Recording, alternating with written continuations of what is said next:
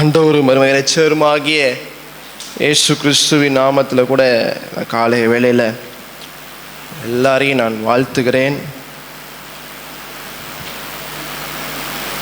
ஆண்டவராகிய இயேசு கிறிஸ்து நமக்காக பட்ட பாடுகள், நமக்காக அடைந்ததான அவமானங்கள், நிந்தைகள், அவர் சென்றதான அவர் வாழ்க்கையில் அவர் அனுபவித்ததான அவர் சென்றதான பாதைகள் மிகுந்த கொடூரமானவைகள். ஆண்டவராகிய இயேசு கிறிஸ்து மன ரீதியாக, சரீர ரீதியாக, அதே போல ஆவி ரீதியாக, மென்டலி, எமோஷ்னலி, ஸ்பிரிச்சுவலி, எல்லா சூழ்நிலைகளிலும், எல்லா கால சூழ்நிலைகளும் நமக்காக அவர் பாதிப்பை அடைந்தவர். மார்க்கின் சுவிசேஷம் 14ஆம் அதிகாரம் முதல் 42ஆம் வசனம் வரைக்கும் வாசிக்க கேட்போம். அப்பொழுது அவர் தம்முடைய சீஷர்களை நோக்கி, நான் ஜெபம் பண்ணுமளவும் இங்கே உட்கார்ந்துங்கள் என்று சொல்லி பேதுருவையும் யாக்கோபையும் யோவானையும் தம்மோடே கூட்டிக் கொண்டு போய் திகில் அடையவும் மிகவும் வியாகுலப்படவும் தொடங்கினார். அப்பொழுது அவர், என் ஆத்துமா மரணத்துக்கு ஏதுவான துக்கம் கொண்டிருக்கிறது, நீங்கள் இங்கே தங்கி விழித்திருங்கள் என்று சொல்லி சற்று அப்புறம் போய் தரையிலே விழுந்து, அந்த வேலை தம்மை விட்டு நீங்கி போக கூடுமானால் அது நீங்க வேண்டும் என்று வேண்டிக் கொண்டு, அப்பா பிதாவே, எல்லாம் உம்மாலே கூடும், இந்த பாத்திரத்தை என்னிடத்திலிருந்து எடுத்து போடும், ஆகிலும் என் சித்தத்தின்படி அல்ல உம்முடைய சித்தத்தின்படியே ஆக கடவுது என்றார். பின்பு அவர் வந்து அவர்கள் நித்திரை பண்ணுகிறதை கண்டு பேதுருவை நோக்கி, சீமோனே, நித்திரை பண்ணுகிறாயா? 1 மணி நேரம் நீ விழித்திருக்க கூடாதா? நீங்கள் சோதனைக்கு உட்படாதபடிக்கு விழித்திருந்து ஜெபம் பண்ணுங்கள். ஆவி உற்சாகம் உள்ளதுதான், மாம்சமோ பலவீனம் உள்ளது என்றார். அவர் மறுபடியும் போய் அந்த வார்த்தைகளையே சொல்லி ஜெபம் பண்ணினார். அவர் திரும்ப வந்தபோது அவர்கள் மறுபடியும் நித்திரை பண்ணுகிறதை கண்டார். அவர்களுடைய கண்கள் மிகுந்த நித்திரை மயக்கம் அடைந்திருந்தபடியால் தாங்கள் மறுமொழியாக அவருக்கு சொல்லுவது இன்னதென்று அறியாதிருந்தார்கள். அவர் 3ஆம் தரம் வந்து, இனி நித்திரை பண்ணி இளைப்பாருங்கள், போதும், வேலை வந்தது, இதோ மனுஷகுமாரன் பாவிகளுடைய கைகளில் ஒப்பு கொடுக்கப்படுகிறார், என்னை காட்டி கொடுக்கிறவன் இதோ வந்து விட்டான், எழுந்திருங்கள், போவோம் என்றார். எல்லாரும் கண்களை மூடி ஆண்டவருடைய சமூகத்தில், தகப்பனே, இந்த காலை வேளைக்காக நாங்கள் நன்றி செலுத்துகிறோம். ஆண்டவரே, நீர் எங்களோடு பேசுவீராக. தகப்பனே, உடைய வார்த்தைகள் ஆண்டவரே எஸ்ஸப்பா, அது இருதயங்களுக்குள்ளாய் கடந்து பாயட்டும் தகப்பனே. ஆண்டவரே, இந்த உபாச நாட்களிலும் கூட தகப்பனே, நீர் பட்டதான பாடுகளை குறித்ததான சத்தியங்களை நாங்கள் இன்னும் அதிகமாய் கற்றுக்கொள்ள இந்த காலை வேளையில் கூட எங்களுக்கு உதவி செய்வீராக. முற்றிலுமாய் உடைய ஆளுகைக்குள்ளாக எங்களை தாழ்த்தி அர்ப்பணித்து சுபிக்கிறோம். நீரே தொடர்ந்து வழிநடத்துவீராக, ஆளுகை செய்வீராக. இயேசு கிறிஸ்துவின் ஈடேற்ற திருநாமத்தில் நாங்கள் ஜெபித்து ஜெயம் எடுக்கிறோம் எங்கள் ஜீவனுள்ள நல்ல பிதாவே. ஆமேன், ஆமேன், ஆமேன். மத்தேயு 26ஆம் அதிகாரம், மார்க் 14ஆம் அதிகாரம், லூக்கா 22ஆம் அதிகாரம், யோவான் 17ஆம் அதிகாரம், எல்லா அதிகாரங்களுமே, எல்லா 4 சுவிசேஷ புஸ்தகங்களிலுமே ஆண்டவராகிய இயேசு கிறிஸ்து கெத்செமனே தோட்டத்தில் அவர் ஜெபித்ததான ஜெபம் என்ன பண்ணப்பட்டிருக்கு? பதிவாகி இருக்கிறது. அல்லேலூயா. 4 சுவிசேஷர்களின் மூலமாக அது எழுதப்பட்டிருக்கிறது. முக்கியமாக மத்தேயு, மார்க்கு, லூக்கால நம்ம பார்க்கும்போது, மத்தேயுலையும் மார்க்கிலையும் ஒரு வகையாக இருந்தாலும் லூக்கா அதை கொஞ்சம் சற்று வித்தியாசப்படுத்தி எழுதியிருந்தார். பாருங்க, இந்த சுவிசேஷ புஸ்தகங்கள் 4 சுவிசேஷ புஸ்தகங்களுமே கெத்செமனே தோட்டத்தில் ஆண்டவராகிய இயேசு கிறிஸ்து அடைந்ததான துயரம், அடைந்ததான பாடுகள், அடைந்ததான சஞ்சலத்தை தெளிவாக நமக்கு என்ன பண்ணுகிறது? எடுத்துரைக்கிறது. பாருங்க, ஆண்டவராகிய இயேசு கிறிஸ்துவினால மீட்கப்பட்டு ஆண்டவராகிய இயேசு கிறிஸ்துவின் இரத்தத்தினால கழுவப்பட்ட பிள்ளைகளாகிய நாம் ஒவ்வொரு நாளும் ஆண்டவராகிய இயேசு கிறிஸ்துவின் பாடுகளை நாம் என்ன பண்ண வேண்டும்? நினைவு கூற வேண்டும். ஏதோ கத்தோலிக்கர்களைப் போல இல்லாட்டி அந்நியர்களைப் போல ஏதோ இந்த 40 நாட்கள் மட்டும் கிடையாது, உபாச நாட்களில் மட்டும் கிடையாது. அனுதினமும் நாம் என்ன பண்ண வேண்டும்? ஆண்டவராகிய இயேசு கிறிஸ்து நமக்காக அடைந்த பாடுகளை நாம் என்ன பண்ண வேண்டும்? நினைவு கூறுகிறவர்களாய் நம்ம இருக்க வேண்டும். அல்லேலூயா. பாருங்க, இன்னைக்கு நிறைய இடங்களில், நிறைய செய்திகளில், நிறைய சபைகளில் ஆண்டவராகிய இயேசு கிறிஸ்துவினுடைய பாடுகளையோ அவர் அடைந்ததான, நமக்காக அடைந்ததான நிந்தை அவமானங்களை பேசுகிறது கிடையாது. எல்லாம் ஆண்டவர் செய்து முடித்து விட்டார், எல்லாம் சிலுவையோடு முடிந்து விட்டது. சிலுவையில் நம்முடைய பாவங்கள், நம்முடைய சாபங்கள் எல்லாம் ஆண்டவர் சுமந்தது உண்மைதான். ஆனால் அதற்கு பின்னாடி அவர் அடைந்ததான உபத்திரவங்கள், பாடுகளை நாம் ஒரு நாளும் என்ன பண்ணிடவே கூடாது? மறந்து விடவே கூடாது. இப்போ பாருங்க, அதிகமாக கிருபையின் செய்திகள், ஆசீர்வாதத்தின் செய்திகள், இப்படிப்பட்ட செய்திகள் பெருகி இருக்கக்கூடிய நாட்களில் ஆண்டவருடைய இரத்தத்தால் கழுவப்பட்ட பிள்ளைகளாகிய நாம் ஒவ்வொரு நாளும் ஆண்டவருடைய பாடுகளை நாம் நினைவு கூர்ந்து அதற்கு நம்ம நன்றி செலுத்துகிறவர்களாய் நாம் இருக்க வேண்டும். அல்லேலூயா. நம்ம சபை அப்படிப்பட்ட ஒரு சபையாக இருக்க வேண்டும். ஒரு உண்மையான கிறிஸ்தவனுடைய வாழ்க்கை இயேசுவின் வாழ்க்கை. அல்லேலூயா. இயேசுவின் வாழ்க்கை எப்படிப்பட்ட வாழ்க்கை? அது இப்போதான் சொன்னேன், அது பாடுகள் நிறைந்ததான வாழ்க்கை, அது அவமானம் நிறைந்ததான வாழ்க்கை, அது நிந்தைகள் நிறைந்ததான வாழ்க்கை. ஆண்டவராக இயேசு கிறிஸ்து சொன்னார், ஒருவர் என் சீஷராக விரும்பினால் அவன் என்ன பண்ணணும்? தன்னைத்தானே வெறுத்து தன் சிலுவையை எடுத்துக்கொண்டு என் பின்னாக என்ன பண்ண கடவன்? நடக்க கடவன். மத்தேயு 16 அதிகாரம் 24 வசனத்தில் நம்ம வாசிக்க முடியும். எபிரேயர் 12 அதிகாரம் 2 வசனத்தில் நம்ம வாசிக்கும் போது கூட, எபிரேயர் 12 அதிகாரம் 2 வசனத்தை வாசிக்கும் போதும் கூட, அவர் தமக்கு முன் வைத்திருந்த சந்தோஷத்தின் பொருட்டு அவமானத்தை எண்ணாமல் சிலுவையை சகித்து தேவனுடைய சிங்காசனத்தின் வலது பார்சத்தில் வீற்றிருக்கிறார். அல்லேலூயா.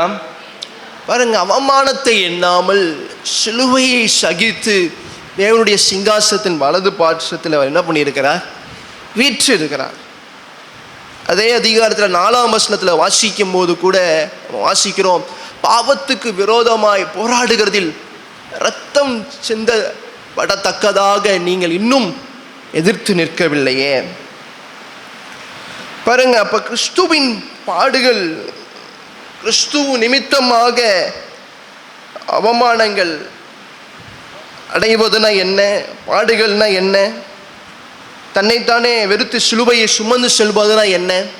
இந்த உலகத்தை வெறுப்பது, இந்த உலகத்தின் காரியங்களை வெறுப்பது, பாவத்துக்கு விரோதமாக இரத்தம் சிந்த கூட துணிவது, பாவத்தை முழுவதுமாக வெறுப்பது. நீங்கள் பாடுகள்னோடனே உங்களுடைய பொருளாதார பாடுகள், உங்களுடைய பொருளாதார குறைகள் அது பாடுகள் கிடையாது. உங்கள் கடன் பிரச்சனைகள் உங்கள் பாடுகள் கிடையாது. உங்கள் நீங்கள் ஃபினான்ஷியலாக உங்கள் சம்பாத்தியத்துக்கு மீறி நீங்கள் செய்கிறதான காரியங்கள்னால வருகிறதான பின் விளைவுகள் அது உங்கள் பாடுகள் கிடையாது. கிறிஸ்துவின் நிமித்தமாக நீங்கள் அடைகிறதான நிந்தைகள், கிறிஸ்துவின் நிமித்தமாக நீங்கள் அடைகிறதான பாடுகள். அல்லேலூயா. நிறைய பேர் பாடுகள், எனக்கு ரொம்ப பாடுகளாக இருக்குது, பயங்கர உபத்திரவமாக இருக்குது, அது இந்த உலகத்தில் நீங்கள் செய்த தவறான வாழ்க்கை முறையினால் வருகிறதான காரியங்கள். அல்லேலூயா. ஆண்டவர் எப்பயுமே சிலுவையிலே உங்களுக்கு உண்டான எல்லா ஆசீர்வாதங்களையும் அவர் வைத்து போயிருக்கிறார். அல்லேலூயா. பாருங்க, அப்ப பாடுகள் சொல்லும்போது தன்னைத்தானே வெறுத்து சிலுவையை சுமக்குன்னு சொல்லும்போது கிறிஸ்துவின் நிமித்தமாக, அவருடைய நாமத்தின் நிமித்தமாக, அவருடைய ஊழியத்தின் நிமித்தமாக, கிறிஸ்துவின் நிமித்தமாக மிஷினரிகளும் அப்போஸ்தலர்களும் பட்டதான அவமானங்கள். எத்தனை பேர் இரத்த சாட்சிகளாய் மரித்தாருங்க. எத்தனை பேர் நம்ம இந்திய தேசத்துக்கு வந்து இன்னைக்கு நீங்களும் நானும் ரட்சிக்கப்பட்டுவதற்கு இந்திய தேசத்தில் இத்தனை கிறிஸ்டியன் இன்ஸ்டிடியூஷன்ஸ், இத்தனை வேதாம கல்லூரிகள், இத்தனை ஸ்கூல்ஸு, காலேஜ், இன்னும் பல மக்கள் மத்தியில் இன்னும் பல ரீதியான அடிமைத்தனங்களிலிருந்து விடுதலை ஆகுவதற்கு தேவன் அவர்களை ஒரு கருவியாக பயன்படுத்தினார். ஆனால் அந்த அவங்களுடைய ஆசீர்வாதங்களை நாம் பெறுவதற்கு முன்பாக அவர்கள் பட்ட பாடுகள், கிறிஸ்துவின் நிமித்தமாக அவர்கள் பட்ட பாடுகளின் மூலமாக தான் நாம் இன்னைக்கு அதை அவங்க செய்ததான அந்த செய்ததான அவங்க விதைத்ததான காரியங்களை நம்ம அறுவடை செய்கிறோம்.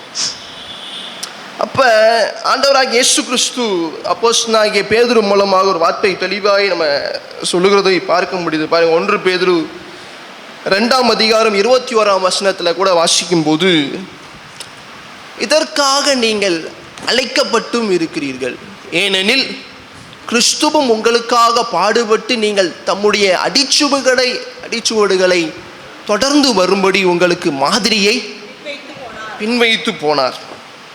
போன மாதம் நம்ம இந்த காரியங்களை குறித்ததான ஒரு தியானத்தை செய்தோம். Be imitators of God. கிறிஸ்துவை பிரதிபலிங்க, கிறிஸ்துவை பிரதிபலிக்கிறவர்களாய் மாறுங்க. அப்போ கிறிஸ்துவின் பிரதிபலிப்புனா கிறிஸ்துவின் என்ன ஆண்டவர் நம்மளுக்கு முன்னாடி சென்றிருக்கிற அவருடைய அடிச்சுவடுகளை பின்தொடர்ந்து நம்ம செல்ல வேண்டும் என்று நம்ம தியானித்தோம். பாருங்க, ஆண்டவராகிய இயேசு கிறிஸ்து இதே வார்த்தைகள் அவர் நமக்காக பாடுபட்டு, உங்களுக்காக பாடுபட்டு, ஏனெனில் கிறிஸ்துவும் உங்களுக்காக பாடுபட்டு நீங்கள் தம்முடைய அடிச்சுவடுகளை தொடர்ந்து வரும்படி உங்களுக்கு மாதிரியை பின்வைத்து போனார். அப்போ அவருடைய பிள்ளைகளாகிய நாம் தினம்தோறும் அந்த பாடுகளை நாம் நினைவு கூற வேண்டும். அதற்கு நம்ம நன்றி செலுத்த வேண்டும். அதை நன்றி செலுத்துவது மட்டும் இல்லாமல் நம்முடைய வாழ்க்கைக்கு அதுதான் அடிச்சுவடு. நம்முடைய வாழ்க்கையை நடத்துவதற்கு அதுதான் எக்ஸாம்பிள், அதுதான் நமக்கு எடுத்துக்காட்டாகவும் இருக்கிறது. அல்லேலூயா. அப்ப கிறிஸ்தவ வாழ்க்கை உங்களுக்கு அது பாடுகள் நிறைந்த, அவமானங்கள் நிறைந்த, நிந்தை நிறைந்த வாழ்க்கை தான். ஆனால் அப்போஸ்தலனாகிய பவுல் அதான் சொல்றாரு, இந்த பாடுகள் மத்தியிலும், இந்த நிந்தைகள் மத்தியிலும், கிறிஸ்துவின் நிமித்தமாக இந்த அவமானம் மத்தியிலும் கர்த்தருக்குள் எப்போதும் சந்தோஷமா இருங்கள். அல்லேலூயா. இதுதான் கிறிஸ்தவ வாழ்க்கை. ஆமென். உலகத்தில் கிடைக்கிறதான சந்தோஷங்கள் அது அனித்தியமானவைகள். அது நெடுநாள் என்ன ஆகாது, நீடிக்காது. உலகத்தின் காரியங்கள், உலகத்தின் ஆசைகள் எல்லாம் மாயையானவைகள். அதான் ஆண்டவராகிய இயேசு கிறிஸ்து மலை பிரசங்கத்தில் சொல்லும்போது கூட சொன்னார், இடுக்கமான வாசலை தெரிந்தெடுக்கிறவர் எத்தனை பேர்? ரொம்ப சிலர். அதன் பாதையோ ரொம்ப குறுகலானது, ஆனால் அது நித்திய ஜீவனுக்குள்ளாக உங்களை எங்கே பண்ணும்? உங்களை கொண்டு போய் சேர்க்கும். ஆனால் அகலமான வாசலோ, அதில் சந்தோஷம் உண்டு, இந்த உலகத்தின் காரியங்கள் உண்டு, இந்த உலகத்தின் ஒரு என்ன சொல்கிறது, உலகத்தின் சந்தோஷங்கள், உலகத்தின் காரியங்கள் எல்லாம் நமக்கு சந்தோஷத்தை கொடுத்தாலும் அதனுடைய முடிவு, அதனுடைய வாசல் பெரிய வாசலாக இருந்தாலும் அது முடிவு நம்மளை பாதாளத்துக்குள்ளாகி கொண்டு போகும். அப்போ ஆண்டவராகிய இயேசு கிறிஸ்துவின் பிள்ளைகளாகிய நாம் கிறிஸ்துவின் பாடுகளை நாம் நினைவு கூற வேண்டும், கிறிஸ்துவின் பாடுகளுக்கு நன்றி செலுத்த வேண்டும், கிறிஸ்துவின் பாடுகளை நம்மளை அடிச்சுவடுகளாய் வைத்து அதை பின்தொடர்ந்து வர வேண்டும், அதை நமக்கு மாதிரியாய் வைத்து அதன்படி நம்ம நடக்க வேண்டும். அல்லேலூயா. அப்போஸ்தலர் நடவடிக்கைகள் 14ஆம் அதிகாரம் 22ஆம் வசனத்தில் அப்போஸ்தலனாகிய பவுல் இப்படியாய் சொல்லுகிறார். அவனுடைய பிரசங்கங்களே இப்படி தான் இருந்தது. பாருங்க, அப்போஸ்தலர் நடவடிக்கைகள் 14ஆம் அதிகாரம் 22ஆம் வசனத்தை கூட நம்ம வாசிப்போம்.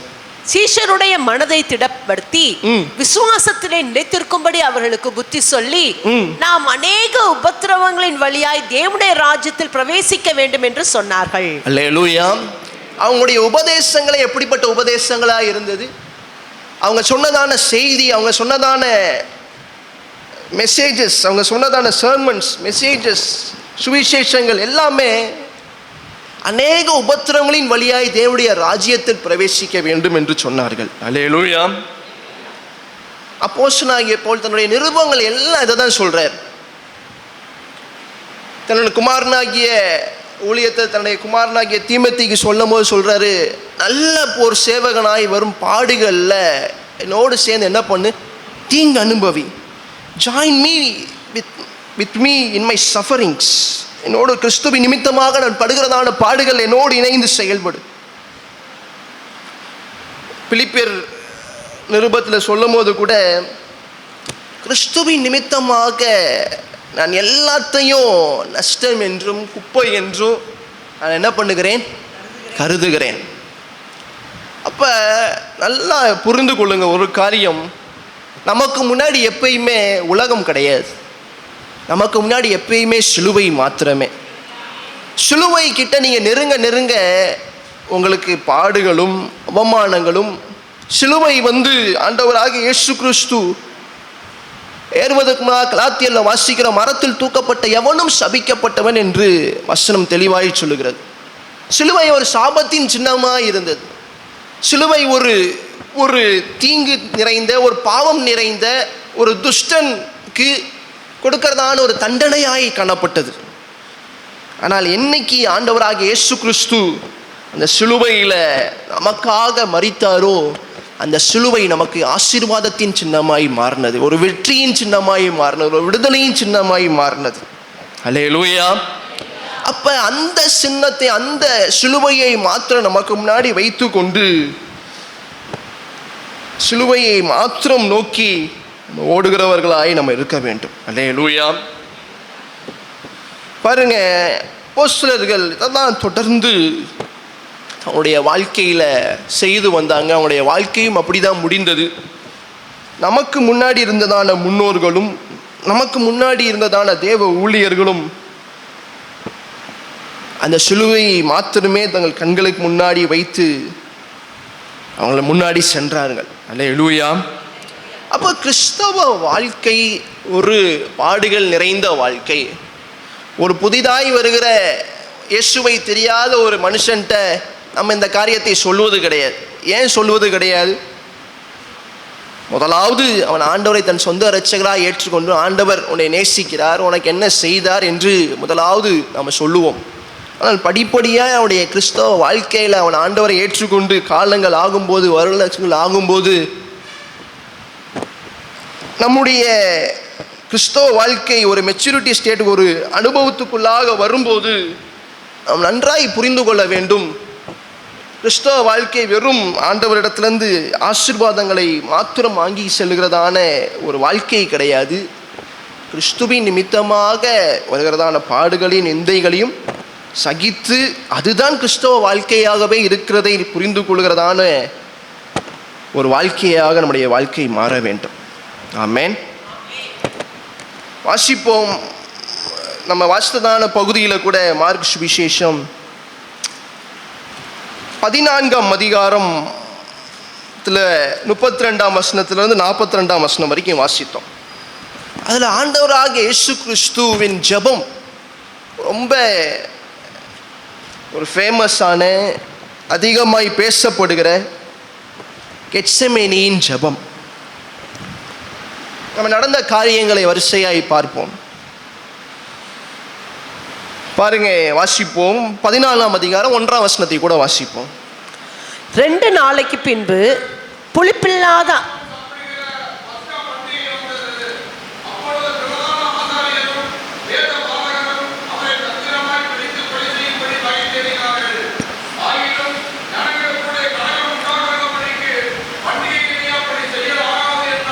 அல்லேலூயா. அப்போ பாருங்க, என்ன பண்டிகை வந்தது? 1ஆம் வசனத்தில் பார்க்கிறோம், புளிப்பில்லாத அப்ப சாப்பிடுகிற பஸ்காவின் பண்டிகை அந்த நாட்களுக்கு வந்தது. நீங்கள் தொடர்ந்து 12ஆம் வசனத்துக்கு நீங்கள் வருவீங்க என்றால் 12 அதே அதிகாரம் 11. பஸ்காவை பலியிடும் நாளாகிய புளிப்பில்லாத அப்பம் சாப்பிடுகிற முதலாம் நாளிலே அவருடைய சீஷர்கள் அவரிடத்தில் வந்து, நீர் பஸ்காவை புசிப்பதற்கு நாங்கள் எங்கே போய் ஆயத்தம் பண்ண சித்தமாயிருக்கிறீர் என்று கேட்டார்கள். ஆமென். அப்போ பாருங்க, வருஷத்தில் ஒரு நாள் இந்த பண்டிகை கொண்டாடப்படும், பஸ்காவின் பண்டிகை. இஸ்ரவேலின் ஜனங்கள் எல்லாரும் என்ன பண்ணுவாங்க? ஒருமித்து கூடுவாங்க.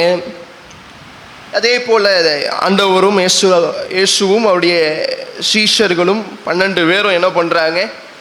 பஸ்காவுக்கு உண்டான எல்லா காரியங்களுக்கு உண்டான ஆயத்தங்களையும் ஆண்டவரிடத்தில் கேட்டு என்ன பண்ணுறாங்க? அதன்படி செய்கிறாங்க. அப்படி அவங்க செய்யும்போது ஆண்டவர் சொன்னவைகளின்படியே அவங்க என்ன பண்ணுறாங்க? தொடர்ந்து செய்து கொண்டே இருக்கிறாங்க. வாசிப்போம் தொடர்ந்து 15ஆம் வசனத்தை கூட வாசிப்போம். 14, 15 கூட வாசிப்போம். அவன் கம்பளம் முதலானவைகள் விரித்து ஆயத்தம் பண்ணப்பட்டிருக்கிற விஸ்தாரமான மேல் வீட்டறையை உங்களுக்கு காண்பிப்பான், அங்கே நமக்காக ஆயத்தம் பண்ணுங்கள் என்று சொல்லி அனுப்பினார். 16.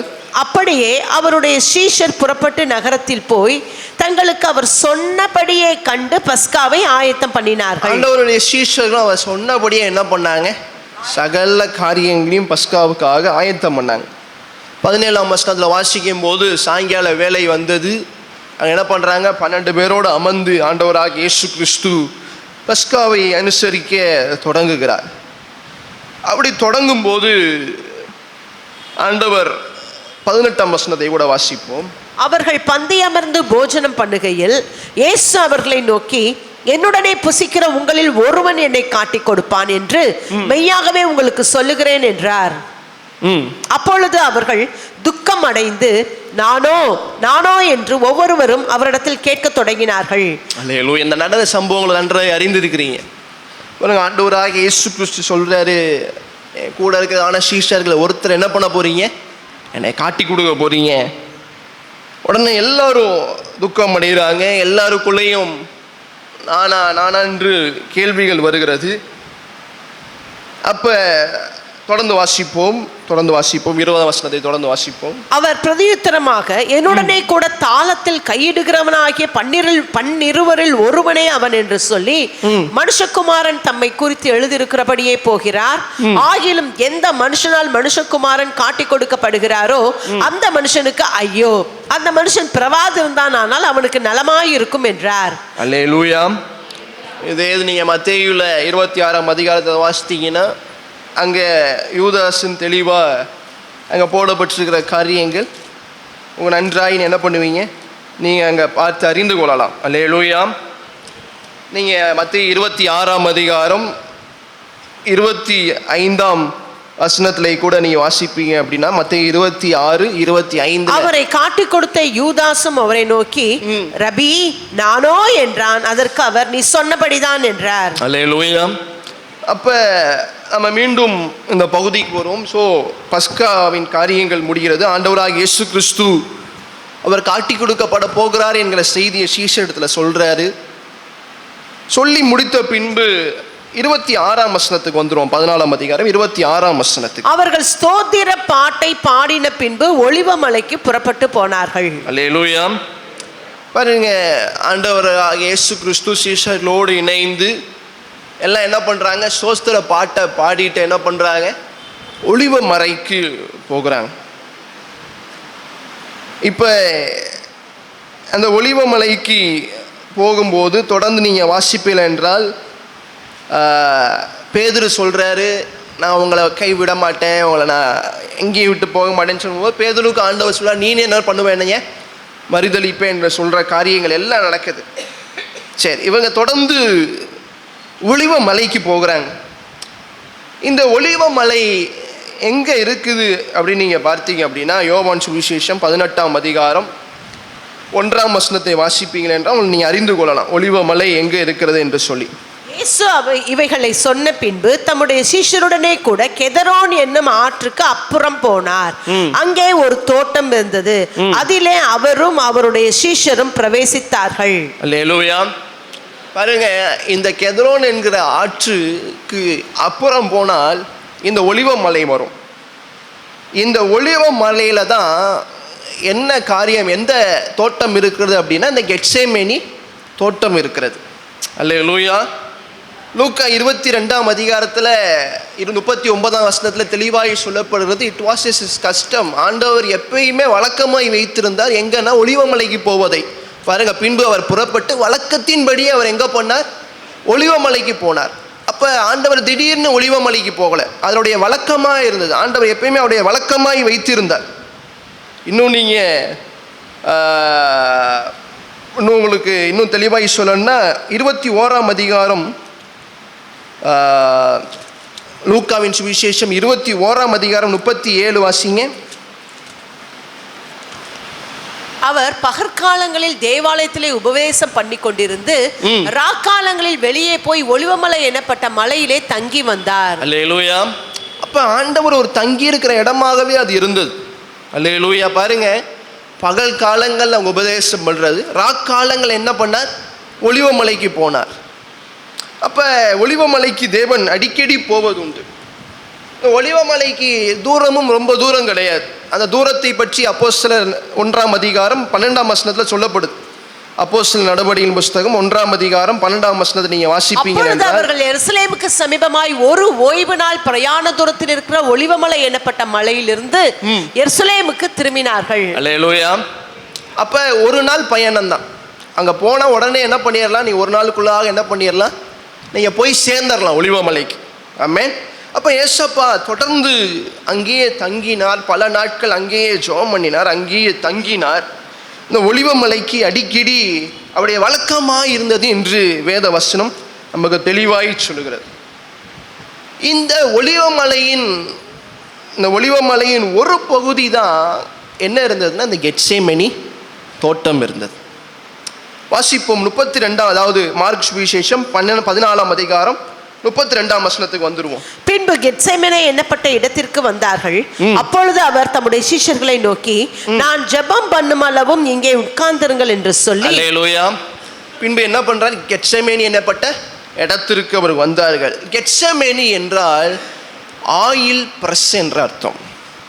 அதாவது எண்ணெயை புடைக்கும் இடம், இல்லாட்டி எண்ணெயை அதாவது எண்ணெய் எடுக்கிறதான ஒரு இடம். அது கெட்சேமேனிங்கிற பேருக்கே அதான் அர்த்தம். ஒலிவ மரத்தின் கனிகளை என்ன பண்ணுவாங்க? இதில் நல்லா அதில் செக்கில் போட்டு அரைத்து அதுலேருந்து என்ன பண்ணுவாங்க? அந்த எண்ணெயை எடுப்பாங்க. அல்லேலூயா. அதுதான் அந்த கெட்சேமேனியினுடைய அர்த்தம். ஒலிவ மலை எப்படி ஏன்னா ஒலிவ மரங்களால் சூழ்ந்திருந்ததால் ஒலிவ மலை. ஒலிவ மலையில் நிறைய ஒலிவ செடிகள், மரங்கள் உண்டு. அதுலேருந்து வருகிறதான கனிகள் மூலமாக எண்ணெய்கள் தயாரிக்கப்படும். இந்த எண்ணெய்கள் பல ஒலிவ எண்ணெயை வைத்து பல காரியங்களை செய்யலாம். ஆனால் அந்த நாட்களில், ஏசப்பா வாழ்ந்த நாட்களில் இந்த ஒலிவ எண்ணெய் முக்கியமாக இப்போ நம்மளை போல அவங்களுக்கு விளக்குகளோ லைட்டோ இந்த போல காரியங்கள் கிடையாது. அங்கிருந்ததான அந்த எண்ணெய் விளக்குகளுக்கு இந்த எண்ணெய் என்ன பண்ணும்? கொண்டு போய் சேர்க்கப்படும். எல்லா வீடுகளிலும் இந்த ஒலிவ எண்ணெயை வைத்து விளக்குகளில் என்ன பண்ணுவாங்க? வெளிச்சத்தை ஏற்றுவதற்காக இந்த காரியங்களை செய்வாங்க.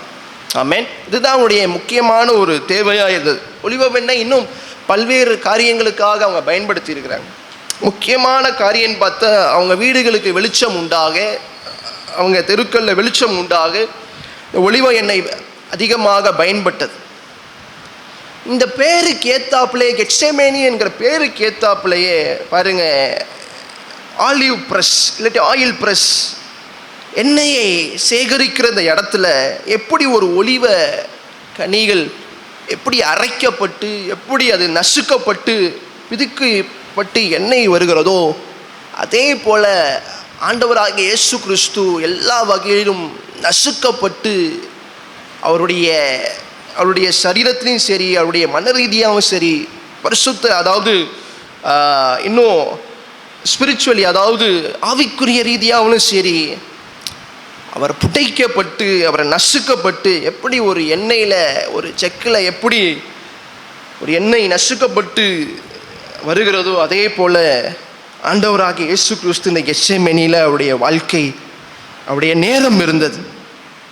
அதே போல் எப்படி இந்த ஒலிவ எண்ணெய் வீடுகளுக்கு வெளிச்சமாக இருக்கிறதோ, எப்படி இந்த ஒலிவ எண்ணெய் ஒவ்வொரு இடங்களுக்கு போய் அந்த விளக்குகளுக்கு ஒலிவ எண்ணெய் மூலமாக வெளிச்சத்தை கொடுக்க முடிகிறதோ விளக்குகளுக்கு, அதே போல் ஆண்டவராக இயேசு கிறிஸ்து இந்த பூமிக்கு ஒளியான தேவனாய் இருந்தார். அல்லேலூயா. அவர் தான் வெளிச்சத்தின் தேவனாய் இருந்தார். ஜனங்களுக்கு இருளிலிருந்து வெளிச்சத்தை கொண்டு செல்வதற்கு அவர் தேவனாய் இருந்தார். ஆமென். அப்போ இந்த கெத்செமனிக்கு அவர் அடிக்கடி செல்வதும் உண்டு. பாருங்க, இந்த கெத்செமனியில் அவர் என்ன பண்ணுறாரு, தன்னோடு கூட இருக்கிறதான 11 சீஷர்களை அழைத்து, நான் ஜெபம் பண்ணும் அளவும் இங்கே உட்கார்ந்துடுங்கள் என்று சொல்லி. ஏன் 11 பேர்? யூதாஸ் என்ன பண்ணிட்டாரு, பஸ்காவுக்கு பின்பு யூதாஸ் தன்னுடைய வேலையை செய்வதற்காக என்ன பண்ணிவிட்டார், அவர் போய்விட்டார். 11 பேர் தான் இருக்காங்க பாண்டவரோடு. அந்த 11 பேர்லையும் பாருங்க, அந்த 11 பேர்லையும் ஆண்டவர் என்ன பண்ணுறாரு, 33ஆம் வசனத்தை வாசிப்போம். பேதுருவையும் யாக்கோபையும் யோவானையும் தம்மோடே கூட்டிக் கொண்டு போய் திகில் அடையவும் மிகவும் வியாகுலப்படவும் தொடங்கினார். அல்லேலூயா. பாருங்க, அந்த 11 பேர்ல ஆண்டவர் தமக்கு நெருக்கமான 3 பேரை அழைத்து என்ன பண்றார் ஆண்டவர், அவங்கள தனியை கூட்டிட்டு போய் என்ன பண்றார் ஆண்டவர், தனியாக அவர் சஞ்சலப்படுகிறதை, திகில் அடைகிறதை, அவர் இருதயம் வியாகுலம் அடைகிறதை பார்க்க முடிகிறது. ஆண்டவர் தெரிஞ்சு போச்சு, அந்த நேரம் வந்துவிட்டது, அந்த காலம் வந்துவிட்டது, இந்த நேரம் நெருங்கி விட்டது என்பதை ஆண்டவர் நன்கு அறிந்திருந்தார். யோவான் 12ஆம் அதிகாரம் 27ஆம் வசனத்தில் கூட நம்ம வாசிக்கும் போது, யோவான் சுவிசேஷம் 12ஆம் அதிகாரம் 27ஆம் வசனத்தை கூட இப்பொழுது என் ஆத்துமா கலங்குகிறது, நான் என்ன சொல்லுவேன், பிதாவே இந்த வேலையினின்று என்னை இரட்சியும் என்று சொல்வேனோ, ஆகிலும் இதற்காகவே இந்த வேலைக்குள்ளே வந்தேன். பாருங்க, ஆண்டவர் 33 ஆண்டுகள் காத்திருப்பின் நேரம் வந்துவிட்டது. அவர் இந்த பூமிக்கு எதுக்கு வந்தாரோ அந்த நேரம் என்ன ஆயிடுச்சு, வந்துருச்சு. பாருங்க, ஆண்டுகள் போனது, நாட்கள் போனது, இப்போ அந்த நேரத்துக்குள்ளாக அவர் அந்த 1 மணி நேரத்துக்குள்ளாக, அந்த நேரத்துக்குள்ளாக அவருடைய நாட்கள் வந்துவிட்டது என்கிறத ஆண்டவராக இயேசு கிறிஸ்து அறிந்திருந்தார். தன்னை ஏன் பிதா அனுப்பியிருந்தார், ஏன் இத்தனை ஆண்டுகள் இந்த பூமியில் இருந்தார் என்பதை எல்லாத்துக்கும் ஒரு முடிவுக்குள்ளாக அவருடைய வாழ்க்கை வந்துவிட்டது. இஸ்ரவேல் முறைமையின்படி நீங்கள் 20 வயதுக்கு கீழே நீங்கள் ஒரு போர் வீரனாய் மாற முடியாது. இஸ்ரவேல் முறைமையின்படி 25 வயதுக்கு மேலே தான் நீங்கள் ஒரு ஆசாரியாக மாற முடியும். 30 வயதுக்கு மேலே தான் ஒரு மகா ஆசாரியாய் நீங்கள் என்ன பண்ண முடியும், மாற முடியும். ஒரு ஹை ப்ரீஸ்டாக மாற முடியும். ஏசப்பா தன்னுடைய ஊழியத்தை 30ஆவது வயதில் ஆரம்பித்தார். 3 ஆண்டுகள் தொடர்ந்து அவர் அதிகமாய் ஊழியத்தை செய்தார். அப்போஸ்தலனாகிய பவுல் எடுத்துக்கொள்ளுங்க, அதே போல் யோவான் ஸ்நானன் எடுத்துக்கொள்ளுங்க, எல்லாம் அந்த 30 வயதை கடந்ததுக்கு பின்பு தான் அவங்க இஸ்ரவேலின் முறைமையின்படி அங்கே சகல காரியங்களையும் அவங்க செய்து வந்தாங்க. அதை எதை காட்டுதுன்னா, அவங்க இந்த நியாயப்பிரமாணங்களையும் இஸ்ரவேலின் காரியங்களையும் முதிர்ச்சியோடு செய்ததான அவங்களுடைய வாழ்க்கையை காட்டுகிறது. ஆனால் ஆண்டவராக இயேசு கிறிஸ்து 12ஆம் வயதிலே உணர்ந்திருந்தார், இது என்னுடைய தகப்பனாருடைய, this is my father's business. தேவ ஆலயத்தில் தன் 12ஆம் வயதிலே அவர் தன்னுடைய வேலையை அறிந்திருந்தவராக இருந்தார்.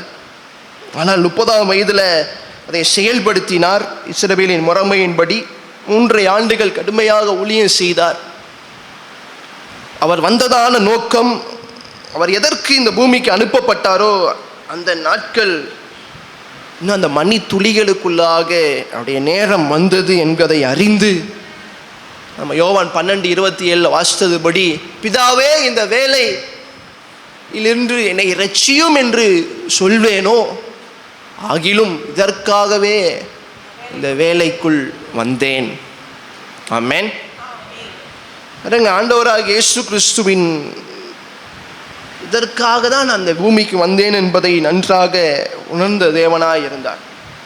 தன்னுடைய வாழ்க்கையை குறித்து அவர் நன்றாய் அறிந்திருந்தார். அவர் எதிர்காலத்தை குறித்து அவர் நன்றாய் அறிந்திருந்தார். ஏசப்பா சகலத்தையும் அறிந்த தேவன், ஆம்னிஷியன்ஸ், எல்லாம் அறிந்த தேவன். அவருக்கு மறைவாய் எந்த ஒரு காரியமும் கிடையாது.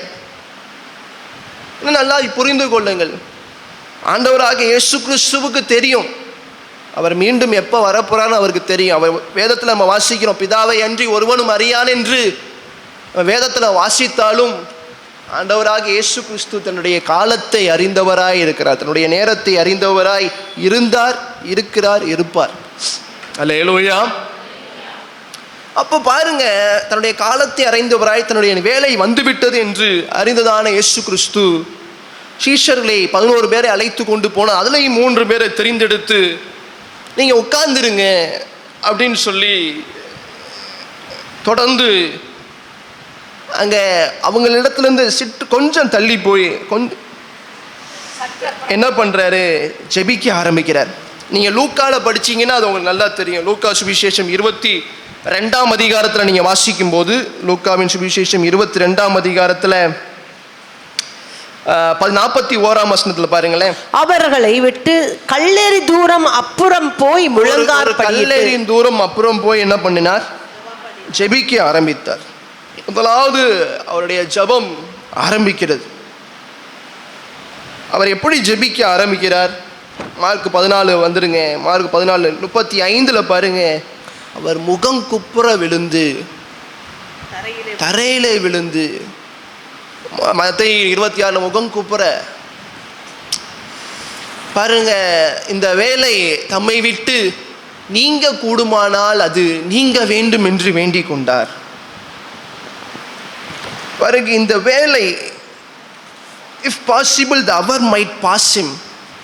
இந்த வேலை, இந்த கெத்செமனி தோட்டத்தில் இந்த வேலை, இந்த பாடுகள் நிறைந்த இதயம், நம்ம வாஸ்தபடி 34ஆம் வசனத்தில் வாஸ்தபடி இதயம் வியாகுலப்பட்ட இந்த வேலை, நொறுக்கப்பட்ட இந்த வேலை நம்மை விட்டு நீங்குமா என்று தேவனிடத்தில் அவர் வேண்டிக் கொண்டார்.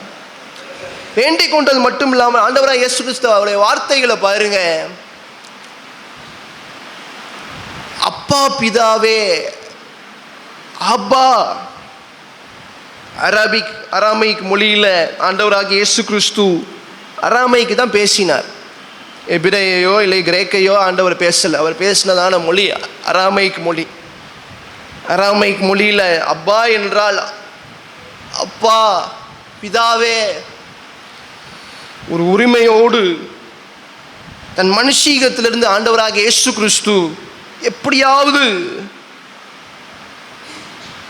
இந்த பாத்திரம் என்னை விட்டு நீங்க கூடுமானால் என்ன பண்ணுங்க ஆண்டவரே, பிதாவே என்ன பண்ணுங்க, இதை என்னிடத்திலிருந்து எடுத்து போடுங்கள் என்று ஆண்டவரிடத்தில் சொல்வதற்கு முன்னாடி அவர் சொல்றதை பாருங்க.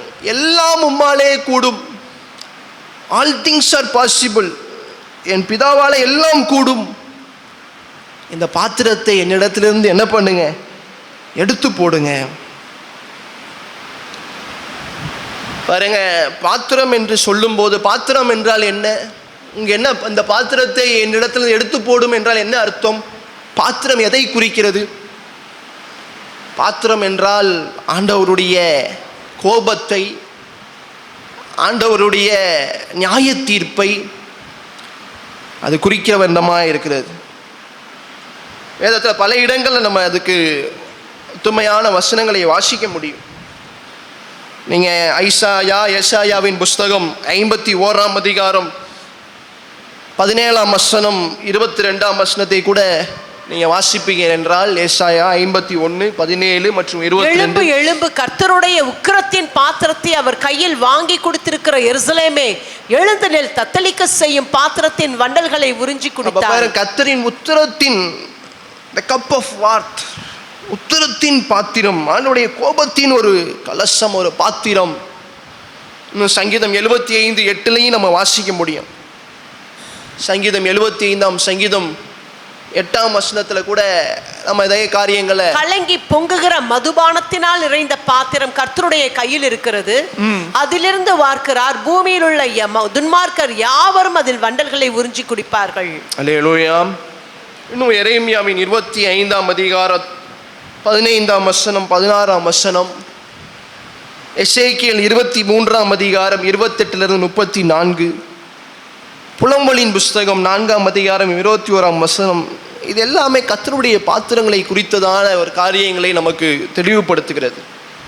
அதில் முக்கியமாய் ஆண்டவருடைய கோபத்தையும் ஆண்டவருடைய நியாய தீர்ப்பையும் ஆண்டவருடைய உக்கிரத்தையும் மனுஷன் செய்ததான பாவத்தினால அவன் அடைய போகிறதான நியாய தீர்ப்பை தான் அதிகமாக என்ன பண்ணுகிறது, நமக்கு உணர்த்துகிறது. அப்போ இங்கே ஆண்டவராகிய இயேசு கிறிஸ்து 14ஆம் அதிகாரம், மார்க்கு சுவிசேஷம் 14ஆம் அதிகாரத்தில், ஆண்டவரே இந்த பாத்திரம் அப்பா பிதாவே எல்லாம் கூடும், இந்த பாத்திரம் என்னை விட்டு நீங்க கூடுமானால் என்ன பண்ணுங்க ஆண்டவரே, அதை நீக்குங்க ஆண்டவரே, நீக்குங்கப்பா என்று ஆண்டவராக இயேசு கிறிஸ்து அழுகிறார். இந்த சீஷர்கள்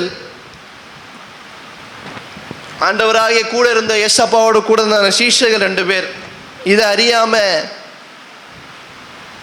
வாசிங்க மார்க்கு 10ஆம் அதிகாரம் 35ஆம் வசனத்திலிருந்து நீ வாசிக்கும் போது, ஆண்டவருடைய சீஷர்கள் 2 பேர் இந்த பாத்திரத்தினுடைய காரியங்களை அறியாம ரொம்ப விளையாட்டா பேசினாங்க. வாசிப்போம், மார்க்கு சுவிசேஷம் 10ஆம் அதிகாரம் 35லிருந்து கூட வாசிப்போம். அப்பொழுது செபதேயுவின் குமாரனாகிய யாக்கோபும் யோவானும் அவரிடத்தில் வந்து, போதகரே, நாங்கள் கேட்டுக்கொள்ள போகிறதை நீர் எங்களுக்கு செய்ய வேண்டும் என்று விரும்புகிறோம் என்றார்கள். அவர் அவர்களை நோக்கி, நான் உங்களுக்கு என்ன செய்ய வேண்டும் என்று விரும்புகிறீர்கள் என்று கேட்டார். அதற்கு அவர்கள், உமது மகிமையிலே எங்களில் ஒருவன் உமது வலது பார்சத்திலும் ஒருவன் உமது இடது பார்சத்திலும் உட்காரும்படி எங்களுக்கு அருள் செய்ய வேண்டும் என்றார்கள். 2 பேர் 2 சகோதரர்களும் நாங்கள் என்ன பண்ணணும், ஒருத்தர் நம்முடைய வலது பார்சத்தில் இன்னொருத்தர் நம்முடைய இடது பார்சத்தில் நாங்கள் அமரணும் அப்படின்னு சொல்கிறாங்க. அருள் செய்யுங்கன்னு சொல்கிறாங்க. ஆண்டவர் கேட்கிற அடுத்த வசனத்தை வாசிப்போம். இயேசு அவர்களை நோக்கி, நீங்கள் கேட்டுக்கொள்ளுகிறது இன்னது என்று உங்களுக்கே தெரியவில்லை. நான் குடிக்கும் பாத்திரத்தில் நீங்கள் குடிக்கவும் நான் பெரும் ஸ்தானத்தை நீங்கள் பெறவும் உங்களால் கூடுமா என்றார். நான் குடிக்கிற பாத்திரத்தில் உங்களால் குடிக்க முடியுமா, உங்களால் முடியுமா என்று ஆண்டவர் கேட்கிறார். அந்த பாத்திரத்தில் உங்களால் சுமக்க முடியுமா, அதை உங்களால் குடிக்க முடியுமா? உடனே இவங்க விளையாட்டுத்தனமா என்ன சொன்னாங்க பாருங்க, அடுத்த வசனத்தை வாசிப்போம். அதற்கு அவர்கள் கூடும் என்றார்கள். இயேசு அவர்களை நோக்கி, நான் குடிக்கும் பாத்திரத்தில் நீங்கள் குடிப்பீர்கள், நான் பெரும் ஸ்தானத்தையும் நீங்கள் பெறுவீர்கள், ஆனாலும் என் வலது பார்சத்திலும் பாருங்க, ஆண்டவர் சொன்னாரு. உடனே சீஷர்கள் சொல்றாங்க கூடும் என்றார்கள். உடனே இயேசு அவர்களை நோக்கி, நான் குடிக்கும் பாத்திரத்தை நீங்க என்ன பண்ணுவீங்க, நீங்க குடிப்பீங்க, நான் பெரும் ஸ்தானத்தை நீங்க பெறுவீங்க. யாக்கோபு யோவானுடைய வாழ்க்கையை போய் பாருங்க. 2 பேர் இரத்த சாட்சிகளாய் தலை துண்டிக்கப்பட்டவர்களாய் அவருடைய வாழ்க்கை முடிந்தது. அல்லேலூயா. கிறிஸ்துவின் நிமித்தமாக அந்த பாத்திரம் எதை குறிக்கிறது? ஆண்டவருடைய கோபத்தையும் அவருடைய பாடுகளையும். ஆண்டவர் என்ன சொன்னார், என்னுடைய பாத்திரம் எளிதில்லை, இந்த பாத்திரம் உபத்திரவத்தின் பாத்திரம், இதை அவங்களால குடிக்க முடியுமா என்று கேட்டார். அதை அறியாத அந்த சீஷர்கள் 2 பேர் முடியும்னு சொன்னாங்க. அது அப்படியே உங்களுடைய வாழ்க்கையில் தீர்க்க தரிசனமாய் நிறைவேறினது. பாருங்க, இப்ப ஆண்டவராகிய இயேசு கிறிஸ்து யோவான் சுவிசேஷம் 18ஆம் அதிகாரம் 11ஆம் வசனத்தில் வாசிக்கும் போது சொல்றாரு. யோவான் 18:11, அப்போது இயேசு பேதுருவை நோக்கி, உன் பட்டயத்தை உரையிலே போடு, பிதா எனக்கு கொடுத்த பாத்திரத்தில் நான் பானம் பண்ணாதிருப்பேனோ என்றார். நான் அதை செய்துதான் ஆகணும். இந்த பாத்திரத்தை நான் என்ன பண்ணி தான் ஆகணும், பானம் பண்ணி தான் ஆகணும். அதை நான் செய்யாமல் இருக்க முடியுமோ, பானம் பண்ணாதிருப்பேனோ என்றார். ஏன்னா இந்த பாத்திரம் ரொம்ப கடினமான பாத்திரம். இந்த பாத்திரத்தை நிறைவேற்றுவது ரொம்ப கடினமான ஒரு காரியம். அதான் ஏசப்பா கேட்குறாரு, அந்த பாத்திரம் என்னை விட்டு நீங்க கூடுமானா, இதை எடுக்க முடியும்னா என்ன பண்ணுங்க ஆண்டவரே, பிதாவே, அப்பா பிதாவே, உங்களால் எல்லாம் கூடும், தயவு செய்து என்ன பண்ணுங்க, இதை எடுத்து போடுங்க.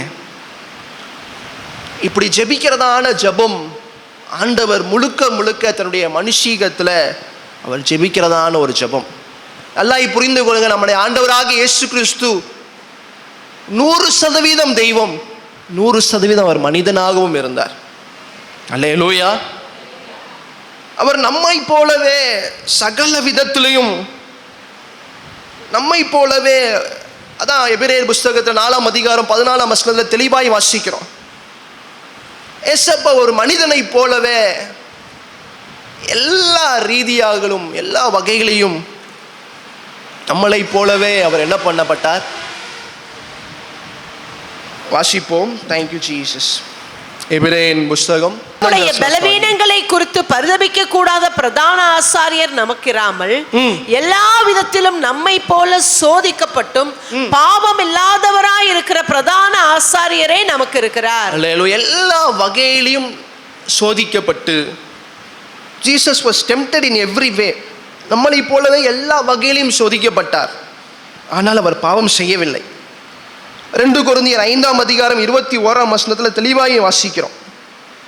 2 கொரிந்தியர் 5ஆம் அதிகாரம் 21ஆம் வசனத்தில் வாசிக்கும் போது, நாம் அவருக்குள் தேவனுடைய நீதி ஆக்கும்படி பாவம் அறியாத அவரை நமக்காக பாவமாக்கினார். அவர் பாவம் அறியாத தேவன். 1 பேதுரு 2ஆம் அதிகாரம் 22லையும் இதே போல காரியங்களை வாசிக்கிறோம். 1 பேதுரு 2ஆம் அதிகாரம் 22ஆம் வசனத்தில் வாசிக்கும் போது, அவர் பாவம் செய்யவில்லை, அவருடைய வாயிலே வஞ்சனை காணப்படவும் இல்லை. பாருங்க, ஆண்டவராக இயேசு கிறிஸ்து 100% தெய்வமா இருந்தார். 100% 100% he was God, 100% he was human. 100% அவர் தெய்வமா இருந்தார், 100% அவர் மனுஷனாகவும் இருந்தார். அப்ப அந்த மனுஷீகத்துல அவர் ஆண்டவரிடத்துல, பிதாவின் இடத்துல, தன்னுடைய தகப்பனார் இடத்துல, ஆண்டவரே எல்லாம் கூடும், பிதாவே எல்லாம் கூடும், இந்த பாத்திரத்தை நிலத்திலிருந்து என்ன பண்ணுங்க, எடுத்து போடுங்கள் என்றார். ஆனால் தேவனுடைய சித்தம் என்ன? அடுத்த வசனங்களை நம்ம வாசிக்கும் போது வாசிப்போம். 14ஆம் அதிகாரம் தொடர்ந்து வாசிப்போம். மார்க்கு 14 அந்த வசனத்தை அப்படியே தொடர்ந்து வாசிப்போம். மார்க்கு 14ஆம் அதிகாரம் 36ஆம் வசனம். அப்பொழுது அவர், என் ஆத்துமா மரணத்துக்கு ஏதுவான துக்கம் கொண்டிருக்கிறது, நீங்கள் 14:36 அப்பா பிதாவே, எல்லாம் உம்மாலே கூடும், இந்த பாத்திரத்தை என்னிடத்திலிருந்து எடுத்து போடும், ஆகிலும் என் சித்தத்தின்படி அல்ல உம்முடைய சித்தத்தின்படியே ஆக கடவுது என்றார். பாருங்க, ஆண்டவராக இயேசு கிறிஸ்து சொன்னார், ஆகிலும் என் சித்தம்படி அல்ல உம்முடைய சித்தத்தின்படியே ஆக கடவுது என்றார். பிதாவின் சித்தத்தை செய்வதற்கு ஆண்டவராக இயேசு கிறிஸ்துவுக்கு என்ன கஷ்டம்? அதில் என்ன ஆண்டவராக இயேசு கிறிஸ்துவுக்கு அதை செய்வதற்கு தானே வந்தார்? என்ன அவருக்கு சிரமம் என்று பார்க்கும்போது, ஏன் இந்த பாத்திரத்தை எடுக்க சொல்கிறார் என்று பார்க்கும்போது, பிதாவுடைய சித்தம் என்ன? பிதாவுடைய சித்தம் என்னவா இருந்தது? இந்த உலகத்தின் சகல ஜனங்களின் பாவத்தை சுமக்க வேண்டும். இந்த உலகத்தின் பிறக்க போகிற, இனி வரப்போகிற சகல ஜனங்களின் பாவத்தை, அக்கிரமங்களை, சாபங்களை, நிந்தைகளை, அவமானங்களை எல்லாம் சுமக்க வேண்டும். முதல் காரியம். இரண்டாவது காரியம், அந்த பாவத்துக்காக பலியாக வேண்டும் சிலுவையில். மூன்றாவது காரியமாக, பிதாவால கைவிடப்பட வேண்டும். இயேசு எல்லாராலையும் புறக்கணிக்கப்பட்டார், கைவிடப்பட்டார். தீர்க்கதரிசனங்கள் எழுதினபடியே அவருடைய வாழ்க்கையில நடந்தது. பாருங்க, மனுஷனுடைய பாவங்கள் எவ்வாறு இருக்கிறது நம்ம தெளிவாய் வாசிக்கிறோம். மனுஷனுடைய பாவங்கள் அது மாம்சத்தின் நிச்சை, கண்களின் நிச்சை, ஜீவனத்தின் பெருமையா இருக்கிறது. இது எல்லாம் ஆண்டவராக இயேசு கிறிஸ்து தன்னுடைய வாழ்க்கையில சுமக்கணும். இப்ப அதுதான் பிதாவுடைய சித்தமா இருந்தது. பாவம் எப்படி ஒரு மனுஷனுக்குள்ள வருகிறது? பாவம் எப்படி ஒரு மனுஷனுக்குள்ளாக தோன்றுகிறது? ஏன் ஒரு மனுஷன் பாவம் செய்கிறான்? முதலாவது இச்சை அவனுக்குள்ளாக வருகிறது. அந்த இச்சை அவன் பிறப்பிலிருந்தே பாவத்தில் அவன் பிறக்கிறதுனால, அவனுடைய தாயார் அவனுடைய கற்பத்தில் பிறப்பதுனால, பாவத்தில் பிறப்பதுனால, அந்த பாவத்தின் சுவாபம் அவனுக்குள்ள ஒட்டி இருக்கிறதுனால அவன் அதிகமாக என்ன பண்ணப்படுகிறான்? பாவம் செய்யப்படுகிறான், பாவத்தை செய்கிறான். அவனுக்குள்ள இந்த பாவத்தின் வேர் அதிகமாய் ஊன்றி இருப்பதனால மனிதர்கள் அதிகமாய் பாவம் செய்கிறார்கள். ஆனால் இயேசுவுக்கோ அப்படி கிடையாது. ஆண்டவராக இயேசு கிறிஸ்து பாவம் அறியாத தெய்வம். பாவம் செய்கிற மனுஷனுக்குள்ள பாவத்தின் வல்லமை இருந்தது. ஆனால் ஆண்டவராக இயேசு கிறிஸ்துவுக்குள்ளேயோ பரிசுத்த ஆவியானுடைய பரிசுத்தம் அவருக்குள்ள இருந்தது. அவர் பரிசுத்தம் நிறைந்தவராய் இருந்தார். அவருக்குள்ள எந்த வகையிலும் பாவம் இல்லை. இப்ப ஆண்டவராக இயேசு கிறிஸ்து பரிசுத்தம் உள்ள ஒரு தெய்வம், பாவத்தை அறியாத ஒரு மனுஷன் இப்ப பாவத்தை சுமக்க வேண்டும்.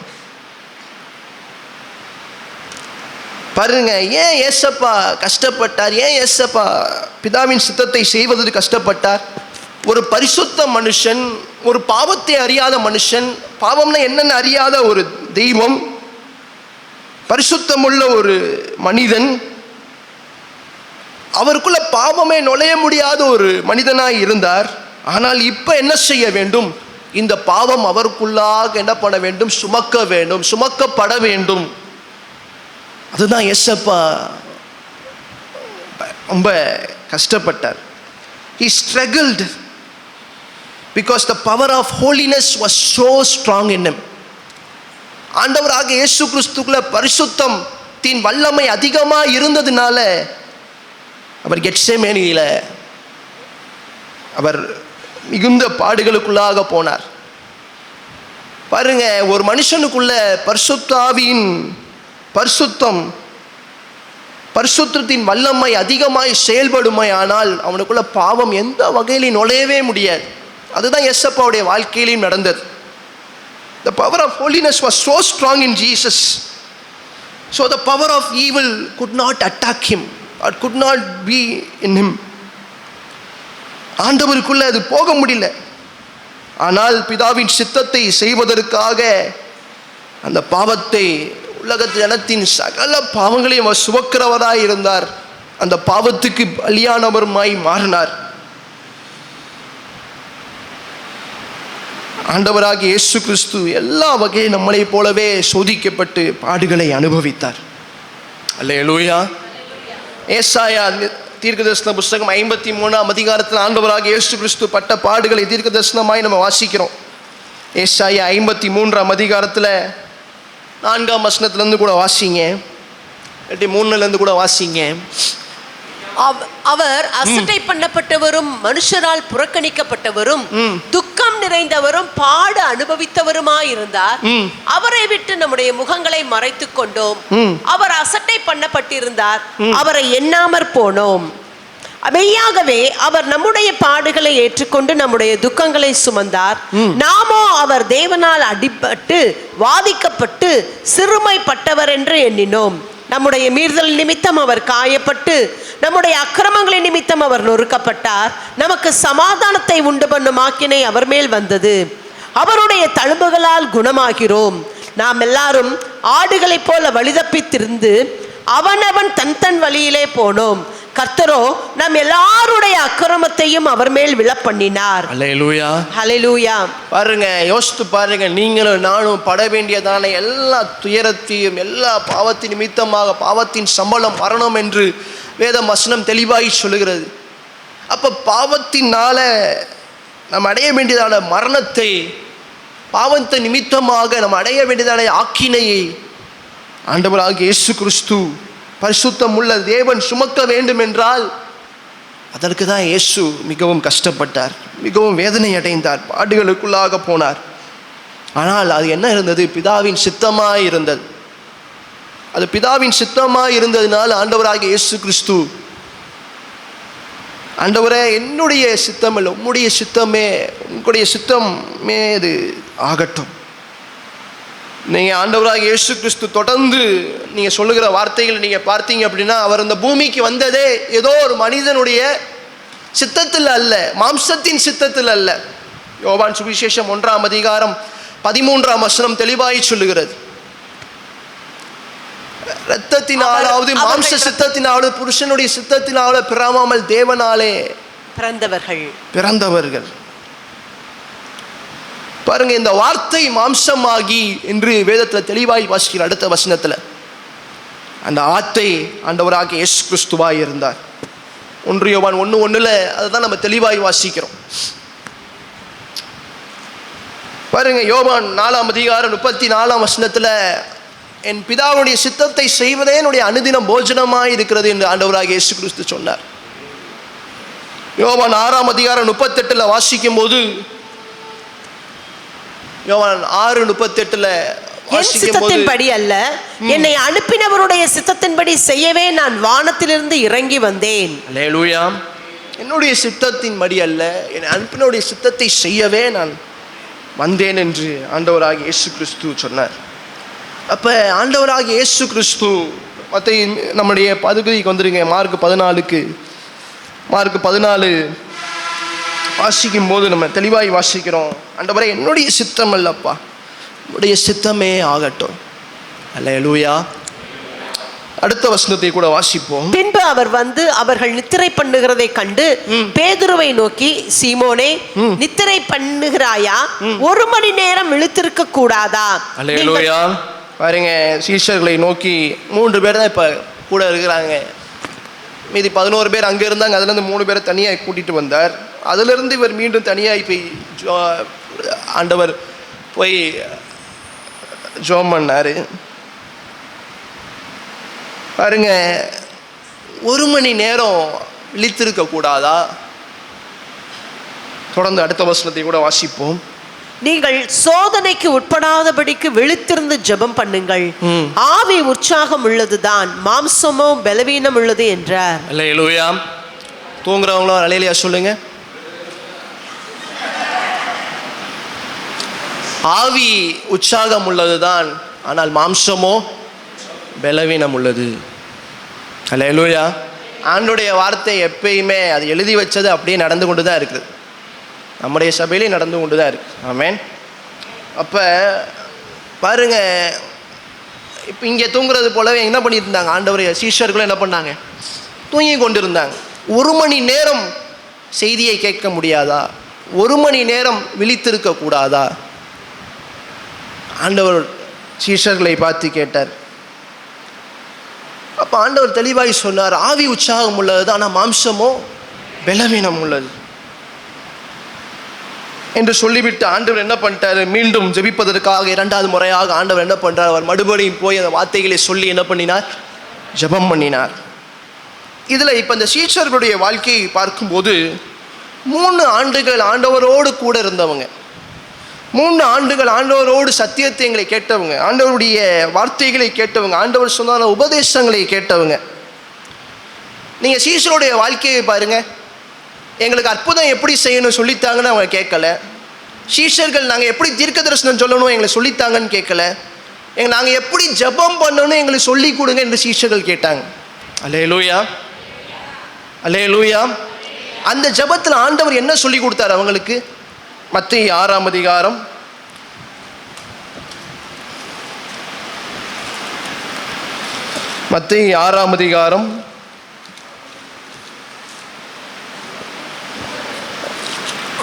நீங்கள் ஜெபம் பண்ண வேண்டிய விதமாவது 13ஆம் வசனத்தை கூட வாசிப்போம். என்னப்பா? இந்த காரியங்கள் எல்லாமே உங்களுக்கு தெரியும். ஜெபம் பண்ண விடமாவது பரமத்தை இதாவே அட்ரஸ் பண்ணணும், எல்லா காரியங்களும் ஆண்டவர் சொல்றார். 13ஆம் வசனத்துக்கு வருவோம். எங்களை சோதனைக்கு உட்பட பண்ணாமல் தீமையினின்று எங்களை ரட்சித்துக் கொள்ளும். ராஜ்யமும் வல்லமையும் மகிமையும் என்றென்றைக்கும் உம்முடையவைகளே, ஆமென் என்பதே. வசனம் என்னது? ஆண்டவர் ஜெபத்துல முதலாவது சீஷர்கள் கேட்கும் போது நம்முடைய சொன்னது போல சீஷர்கள் போய் எப்படி அற்புதம் செய்யணும்னு கேட்கல. யோசித்து பாருங்க, ஆண்டவர் இடத்துல அவ்வளோ அற்புதங்களை பார்க்குறாங்க. எங்களை அற்புதம் எப்படி செய்யணும் எங்களை கற்றுக் கொடுங்கன்னு சீஷருக்கு ஒரு நாளும் கேட்கல. ஆண்டவர் தீர்க்க தரிசன வார்த்தைகளை பேசினார். எங்களுக்கு எப்படி நாங்கள் தீர்க்க தரிசனமாய் பேசணும் எங்களை சொல்லிக் கொடுங்க என்று சீஷர்கள் கேட்கல. இல்லாட்டி வேறு எந்த வகையிலையோ ஆண்டவராகிய இயேசு கிறிஸ்துவை கேட்கல. ஆனால் ஆண்டவராக இயேசு கிறிஸ்துவை அவன் கேட்டது, நாங்கள் எப்படி ஜெபம் பண்ண வேண்டும். ஆண்டவராக இயேசு கிறிஸ்துவை அதை சொல்லி கொடுத்தார். நீங்கள் ஜெபம் வேண்ட வேண்டிய விதமாவது என்று சொல்லி, அப்படி சொல்லும் போது நீங்கள் சோதனைக்கு உட்பட பண்ணாமல் தீமையிலிருந்து என்னை ரட்சித்துக் கொள்ளும் என்கிற ஜெபத்தை என்ன பண்ணணும்? நீங்கள் செய்யணும் என்று சொன்னார். இப்போ மார்க் 14க்கு வரும்போது ஆண்டவராக இயேசு கிறிஸ்து சொல்கிறாரு. மார்க் 14:38 வாசித்தோம். நீங்கள் சோதனைக்கு உட்பட ஆதபடிக்கு விழித்திருந்து ஜெபம் பண்ணுங்கள். ஜெபம் உங்களை சோதனையிலிருந்து காக்கும். அல்லேலூயா. Prayer protects you from temptation. ஜெபம் உங்களை சோதனையிலிருந்து காக்கும். பேதுரு கூட இருந்ததான சீஷர்கள் ஜெபித்திருந்தார்களே ஆனால், ஆண்டவர் சொல்லிக் கொடுத்தபடி ஜெபம் செய்திருந்தாலே ஆனால், எங்களை சோதனைக்கு உட்படாமல் பண்ணும் ஆண்டவரேன் ஜெபித்திருந்தாலே ஆனால் ஆண்டவர் அவங்களை காத்திருப்பார். பாருங்க, ஆண்டவர் கற்றுக் கொடுத்த காரியத்தை அவங்க செய்யாமல் போனாங்க. 3.5 வருஷம் இருந்தாங்க. ஆண்டவர் சொல்லிக் கொடுத்தனால ஜெபத்தை செய்யலை, ஆண்டவர் சொன்னதான போதனைகளை செய்யலை. இன்றைக்கி நம்மளும் பல நேரங்களில் ஆண்டவர் நமக்கு தேவைப்படுறதான நேரங்களில், ஆண்டவரோடு கூட இருக்க வேண்டியதான நேரங்களில் சபை என்ன பண்ணுகிறது? தூங்கி கொண்டு இருக்கிறது. சபை விழித்தில்லை. அல்லேலூயா. தேசத்தின் முக்கியமான தருணங்களில், தேசத்தின் கால சூழ்நிலைகள் மாறும்போது, இல்லாட்டி சபையின் கால சூழ்நிலைகள் மாறும்போது, ஆண்டவராகிய இயேசு கிறிஸ்து நம்மளை எதிர்பார்க்கும் போது சபை என்ன பண்ணுகிறது? விழித்தில்லாமல் தூங்கி கொண்டிருக்கிறது. ஏன் தூங்கி கொண்டிருக்கிறது? ஏனால் அவங்க சோதனைக்கு உட்பட்டு பாவத்தைக்கோ இல்லாட்டி இந்த சோதனைக்கு உட்பட்டு சாத்தனுடைய காரியங்களுக்கோ போய்விட்டாங்க. ஆனால் இதே சமயம் ஜெபம் பண்ணியிருந்தார்களே ஆனால் இந்த சோதனையிலிருந்து அவங்க காத்து கொள்ளும்படி ஆண்டவர் என்ன பண்ணியிருப்பார்? உதவி செய்திருப்பார். தொடர்ந்து வாசிப்போம். ஆண்டவர் 2வது முறையாக மீண்டும் அவர் முதல்ல செய்த ஜெபம் என்ன? ஆண்டவரே, இந்த பாத்திரம் என்னை விட்டு நீங்குமானால் என்ன பண்ணுங்க, நீங்கள் செய்யுங்க ஆண்டவரே என்று பிதாவே என்று ஜெபம் பண்ணார். அதே ஜெபத்தை ஆண்டவர் மீண்டும் 2வது முறையாக என்ன பண்ணுகிறார்? செய்கிறார். 39ஆம் வசனத்தில் நம்ம அதே தான் வாசிக்கிறோம். அவர் மறுபடியும் போய் அதே வார்த்தை, அந்த வார்த்தைகளையே சொல்லி என்ன பண்ணினார்? அவர் ஜெபம் பண்ணினார். மீண்டும் ஆண்டவராக இயேசு கிறிஸ்து 40ஆம் வசனத்தில் மீண்டும் பாருங்க, தன்னுடைய சீஷர்கள் மேலே எவ்வளோ கரிசனையுள்ள ஒரு தெய்வனாக இருந்தார். தன்னுடைய பிள்ளைகள் மேலே எப்பயுமே கரிசனை உள்ள தேவனாக இருப்பார். தன்னுடைய வாழ்க்கையின் கடைசி தருணங்களில் கூட, தன்னுடைய ஜீவனுக்காக போராடி கொண்டிருக்கிற நேரங்களில் கூட, பிதாவின் சித்தத்தை செய்வதற்கு தன்னுடைய ரத்தம் சொட்டி கொண்டிருக்கிற நேரத்தில் கூட பாருங்க, மீண்டும் தன்னுடைய சீஷர்களுக்காக திரும்பி வந்து மறுபடியும் அவர் நித்திரையாக இருக்கிறதை கண்டு அவருடைய கண்கள் மிகுந்த நித்திரையை மயக்கம் அடைந்தபடினால் அவர்கள் தங்கள் என்ன பண்ண முடியல, அவங்களால பேசக்கூட முடியல. சீஷர்கள் எந்த வார்த்தையும் பேச முடியல. 41ஆம் வசனத்தில் வாசிக்கும் போது ஆண்டவர் 3வது முறையாய் மீண்டும் ஜெபிக்க போகிறார். எங்கேயாவது வேதத்தில் வாசித்திருக்கீங்களா ஆண்டவர் 3 முறை தொடர்ந்து ஜெபிக்க போகிறத? இந்த இடத்துல தான் நம்ம வாசிக்கிறோம். ஏன்னா ஆண்டவர் இதுதான் கடைசி, இதுதான் அவருடைய மணி நேரம். அவர் வந்ததான நோக்கத்தை நிறைவேற்றி கொண்டதான நேரம், இந்த பாடுகளின் உக்கரத்தில் இருக்கிறதான நேரம். 3வது முறையாய் திரும்ப இதே காரியங்களை ஜெபிக்கிறார். ஆண்டவரே, பிதாவே, அப்பா பிதாவே, உம்மால் எல்லாம் கூடும், இந்த பாத்திரம் என்னை விட்டு நீங்க கூடுமானால் நீங்க செய்யுங்க. 3வது முறையாக மீண்டும் வருகிறார். மீண்டும் அவங்க என்ன பண்ணி தான் கொண்டு இருக்கிறாங்க? நித்திரை பண்ணி. இனி வாசிப்போம், 41ஆம் வசனத்தை கூட வாசிப்போம்.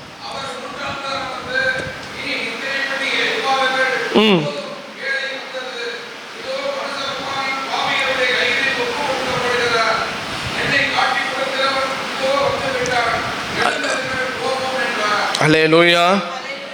பாருங்க, ஒரு பக்கம் சாத்தான் இங்கே ஏசப்பா, ஒரு பக்கம் இங்கே பிதாவோடு அவர் அழுது கொண்டிருக்கிறார், போராடி கொண்டிருக்கிறார்.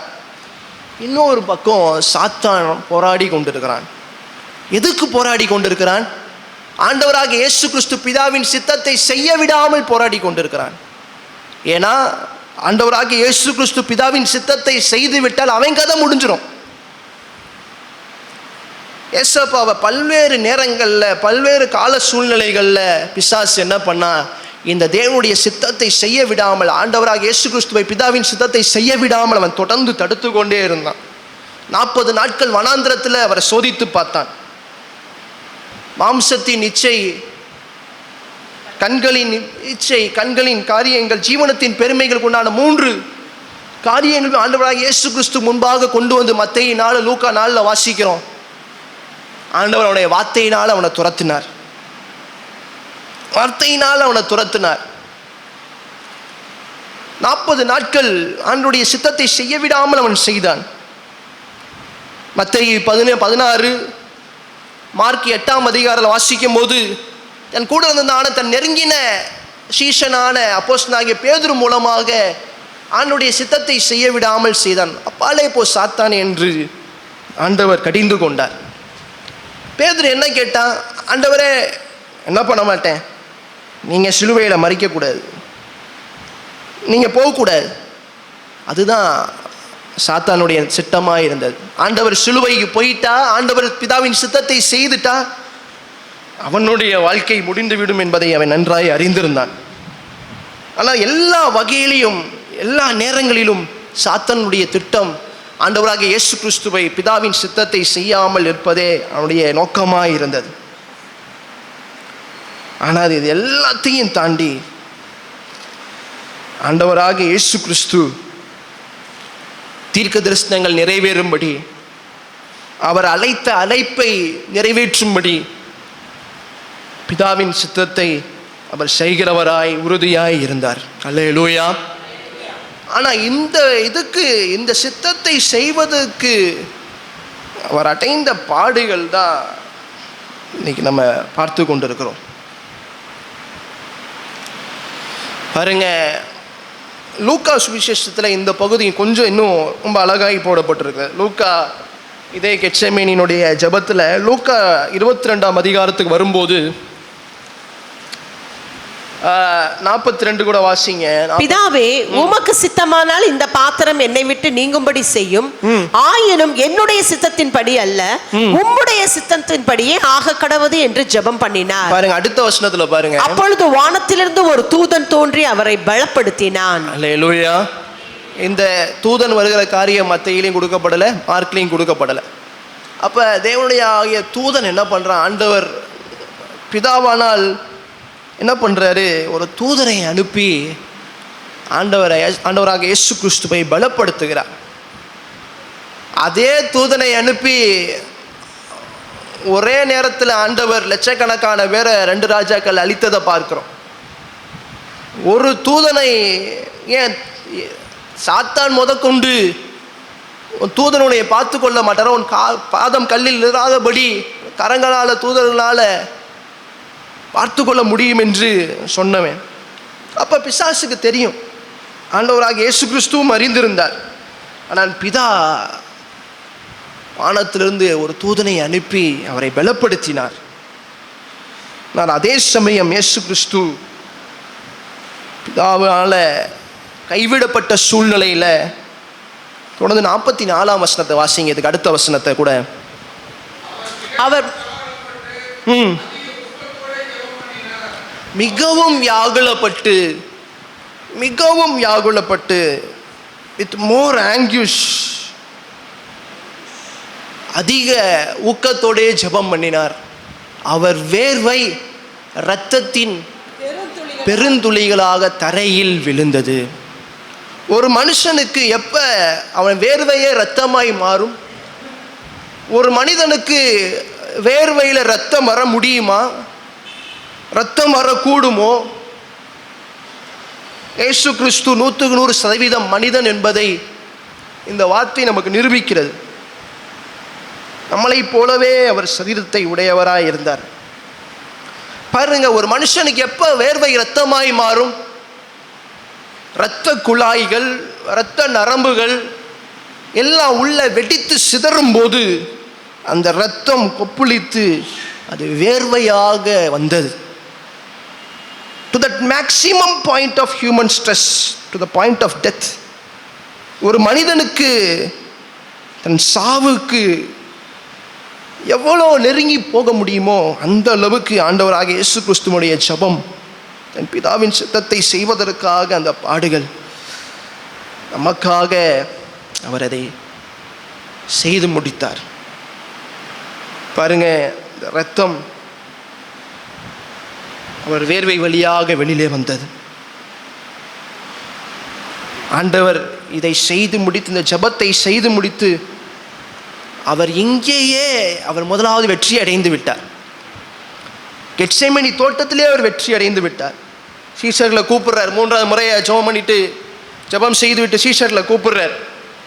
என்னை காட்டி கொடுக்குறவன் நெருங்கிட்டான். யூதாஸுக்கு நல்லா அறிந்திருந்தான் பாருங்க. யூதாஸ் கரெக்டாக வரான் பாருங்க, கெட்செமனி தோட்டத்துக்கு வரான் பாருங்க. எப்படி அவன் தெரியும்?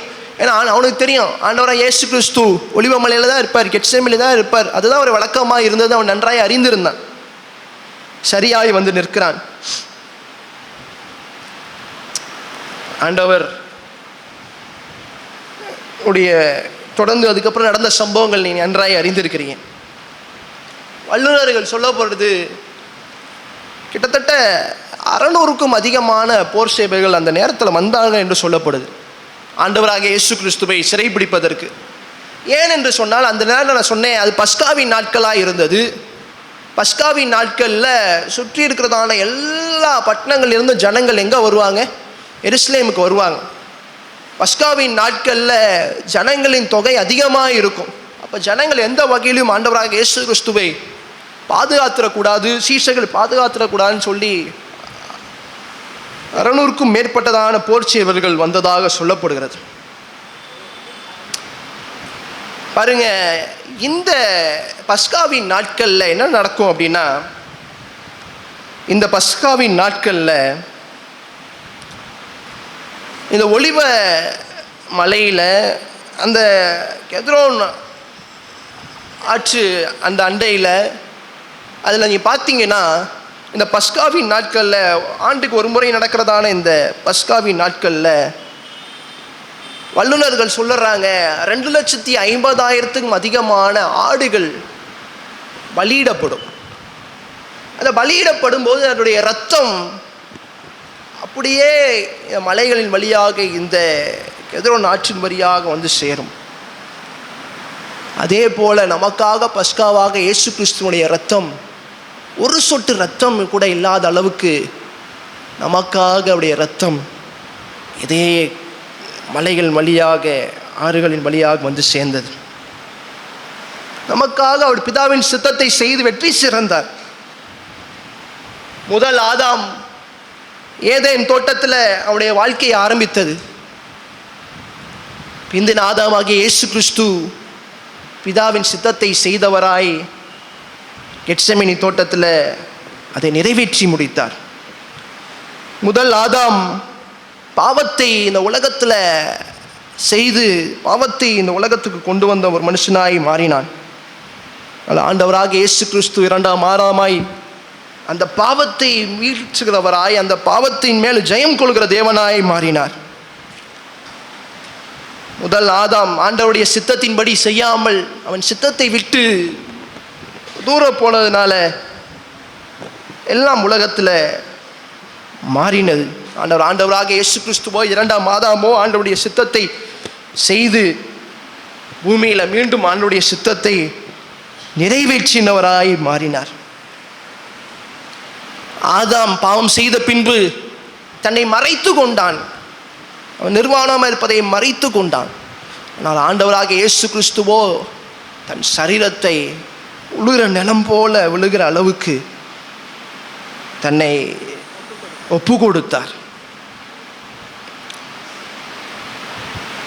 பாருங்க, பிந்தின ஆதாம் மூலமாக, அதாவது முந்தின ஆதாம் மூலமாக, முதல் ஆதாம் மூலமாக வந்ததான சகல சாபங்கள், பாவங்கள், அக்கிரமங்கள் எல்லாம் ஏதேன் தோட்டத்திலிருந்து வந்த எல்லா காரியங்களையும் கெத்செமனின் தோட்டத்தின் ஜபங்களின் மூலமாக, பிதாவின் சித்தத்தை செய்வதன் மூலமாக ஆண்டவர் வெற்றி சிறந்தார். கடைசியா ஒரு வசனத்தை கூட நம்ம வாசிப்போம். 2 கொரிந்தியர் 4ஆம் அதிகாரம் 7ஆம் வசனத்திலிருந்து 10ஆம் வசனத்தை கூட வாசிப்போம். 2 கொரிந்தியரின் புஸ்தகம் 4ஆம் அதிகாரம் 7ஆம் வசனம் முதல் 10ஆம் வசனம். இந்த மகத்துவமுள்ள வல்லமை எங்களால் உண்டாயிராமல் தேவனால் உண்டாயிருக்கிறது என்று விளங்கும்படி இந்த பொக்கிஷத்தை மண் பாண்டங்களில் பெற்றிருக்கிறோம். நாங்கள் எப்பக்கத்திலும் நெருக்கப்பட்டும் ஒடுங்கி போகிறதில்லை, கலக்கமடைந்தும் மனமுறிவடைகிறதில்லை, துன்பப்படுத்தப்பட்டும் கைவிடப்படுகிறதில்லை, கீழே தள்ளப்பட்டும் மடிந்து போகிறதும் இல்லை. கர்த்தராகிய இயேசுவினுடைய ஜீவனும் எங்கள் சரீரத்திலே விளங்கும்படிக்கு இயேசுவின் மரணத்தை எப்பொழுதும் எங்கள் சரீரத்தில் சுமந்து திரிகிறோம். அல்லேலூயா. ஒரு காரியம் நன்றாய் புரிந்து கொள்ளுங்கள். ஏசப்பா மரித்தனால நம்ம காக்கப்படலை. ஏசப்பா மரித்தனால நம்முடைய பாவங்கள் கழுவப்படலை. ஏசப்பா மரித்ததுனால நீங்கள் நாங்கள் இன்னைக்கு மீட்கப்படல. ஏசப்பா உயிரோடு மீண்டும் எழுந்ததுனால தான் நீங்கள் நான் இன்னைக்கு பாவம் இல்லாமல் சாபம் இல்லாமல் இன்னைக்கு நம்ம ரட்சிக்கப்பட்டிருக்கிறோம். ஏசப்பா மரித்து போய் அவர் அப்படியே போயிருந்தால் யோசித்து பாருங்க. அவர் மீண்டும் உயிரோடு எழுந்தபடியினால இன்னைக்கு நீங்கள் நானும் ரட்சிக்கப்பட்டிருக்கிறோம். இன்னைக்கு நீங்கள் நானும் பாவங்கள் இல்லாத ஒரு வாழ்க்கைக்குள்ளாக வந்திருக்கிறோம். அல்லேலூயா, அல்லேலூயா. கிறிஸ்தவ வாழ்க்கை இயேசுவின் வாழ்க்கை. கிறிஸ்தவன் என்றால் இயேசுவை பின்பற்றுகிறவன். The followers of Jesus, இயேசுவை பின்பற்றுகிறவன். இயேசுவை பின்பற்ற வேண்டும் என்றால், கிறிஸ்தவ வாழ்க்கையை பின்பற்ற வேண்டும் என்றால் பாடுகள் நிறைந்த வாழ்க்கை. ஆண்டவராகிய இயேசு கிறிஸ்து எப்படி பாடுகள் நிறைந்தவராய் தன்னுடைய பிதாவின் சித்தத்தை செய்வதற்காக இரத்த வேர்வை சிந்தி சகல பாவத்தையும் சுமந்து தீர்க்கிறவராய், சகல பாவத்தையும் காக மரிக்கிறவராய், தன் பிதாவின் மூலமாக கைவிடப்பட்டவராய், புறக்கணிக்கப்பட்டவராய் நமக்காக எப்படி மாறினாரோ, நமக்கு முன்னாடி இருக்கிறதான அந்த சிலுவையை மாத்திரம் நம்ம நோக்கி நம்முடைய கிறிஸ்துவின் வாழ்க்கையினுடைய அர்த்தத்தை உணர்ந்துகிறவர்களாய், சிந்தித்து நடக்கிறவர்களாய் நம்முடைய வாழ்க்கை மாற வேண்டும். இந்த நாளுடைய செய்தி நிறைய பேருக்கு எந்த வகையில் நான் புரிந்திருக்கும் நான் விசுவாசிக்கிறேன். ஆனால் இந்த செய்தி பொதுவாக ஒரு ஆசீர்வாத செய்தியோ இல்லாட்டி ஒரு குறிப்புகள் பாயிண்ட் பை பாயிண்ட்டாக 3 குறிப்பு 4 அப்படிப்பட்ட செய்தி கிடையாது. இது இயேசு கிறிஸ்துவின் வாழ்க்கையை, இயேசு கிறிஸ்து கெத்செமனி தோட்டத்தில் அவர் பட்டதான பாடுகளை அதை தியானித்து அதன்படி நம்முடைய வாழ்க்கையை மாற்றிக்கொள்கிறதான ஒரு தியானம். அல்லேலூயா, அல்லேலூயா.